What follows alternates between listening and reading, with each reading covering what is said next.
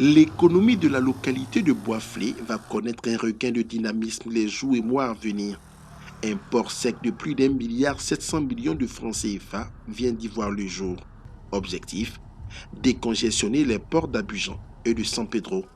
Cet ouvrage, construit sur une superficie de 4 hectares, va booster l'économie de la région de la Maraoué, au grand bonheur des élus locaux. À Boisflé, il fait bon vivre. À Boisflé, nous avons privilégié le vivre ensemble, la paix, la tranquillité, ce qui attire les investisseurs. Et donc, nous sommes en tout cas disposés à faire en sorte qu'il y ait encore d'autres investisseurs. Cette infrastructure construite par un opérateur privé est composée de 3500 m² d'entrepôts et d'un parking de 9000 m² et des pavés qui occupent 18 000 m², dont 8 000 m² sont déjà opérationnels. Cette plateforme logistique va essayer de permettre à l'État d'organiser l'approvisionnement régulier des sociétés, des industriels, mais aussi permettre à l'État de connaître à peu près quels sont les stocks des matières premières, de sorte à faire une meilleure allocation. Donc aujourd'hui, l'État de Côte d'Ivoire a initié ce qu'on appelle l'ARE, l'autorité de régulation du système d'entreposage, et nous voudrons accompagner l'État dans ce processus-là. La construction de l'ouvrage et son exploitation ont généré environ 300 emplois directs et indirects dans la région. Une plus-value saluée à juste titre par le représentant du secrétaire d'État auprès du ministre des Transports en charge des Affaires maritimes, Cérédo Célestin. Vous entendez parler souvent des ports secs que l'État veut construire. C'est beaucoup de moyens. En fait, il y a une grande pression sur le port d'Abidjan où tous les logisticiens veulent avoir des plateformes. Ce n'est pas possible. Et c'est pour cela que je disais qu'ils ont la reconnaissance de l'État. L'opérateur privé entend dupliquer dans plusieurs autres régions du pays cette plateforme de transit commercial.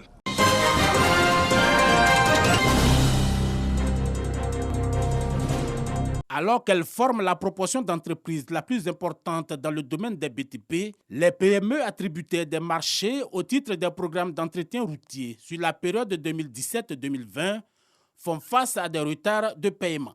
Les PME traînent des arriérés de paiement de 3 ans.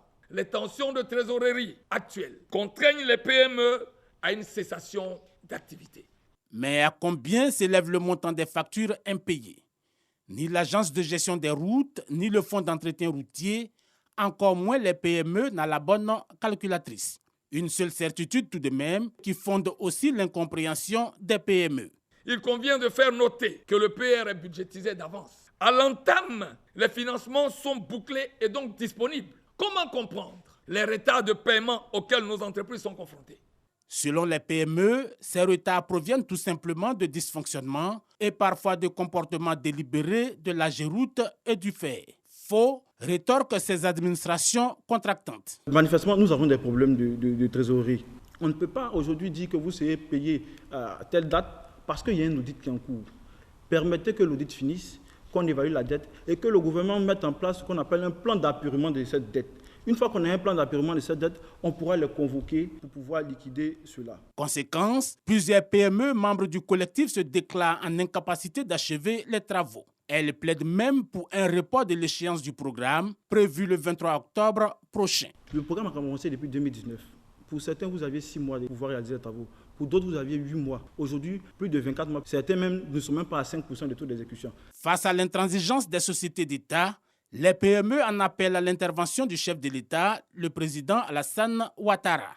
À ce jour, ce sont 264 petites et moyennes entreprises qui ont bénéficié des marchés liés aux travaux d'entretien routier sur la période 2017-2020.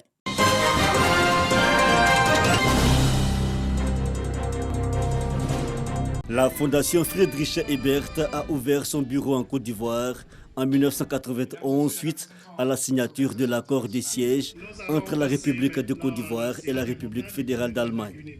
Le 14 octobre est donc l'occasion de célébrer le 30e anniversaire de la présence de la Fondation sur le sol ivoirien. Cette organisation à but non lucratif qui s'appuie sur les valeurs fondamentales de la social-démocratie. Friedrich Ebert disait « La démocratie a besoin des démocrates. Elle a besoin de la confiance des démocrates. La confiance de la population envers son gouvernement, mais aussi la confiance du gouvernement dans son peuple. » Depuis son avènement en Côte d'Ivoire, La Fondation œuvre pour la promotion et le renforcement de la démocratie et de la bonne gouvernance auprès des différentes administrations. Cette soirée anniversaire a de nouveau démontré au peuple de Côte d'Ivoire que la réconciliation est une réalité.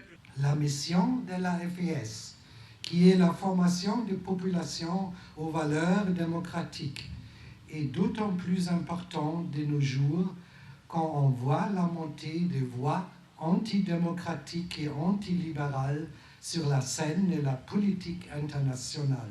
La Côte d'Ivoire est reconnaissante de votre présence pour accompagner cette vision de paix, d'égalité et de justice sociale et de consolidation de la cohésion sociale. Fondée en 1925, la Friedrich Ebert Stiftung est la plus ancienne fondation politique en Allemagne. Elle doit son existence et sa mission à l'héritage politique de Friedrich Ebert, le premier président allemand élu démocratiquement.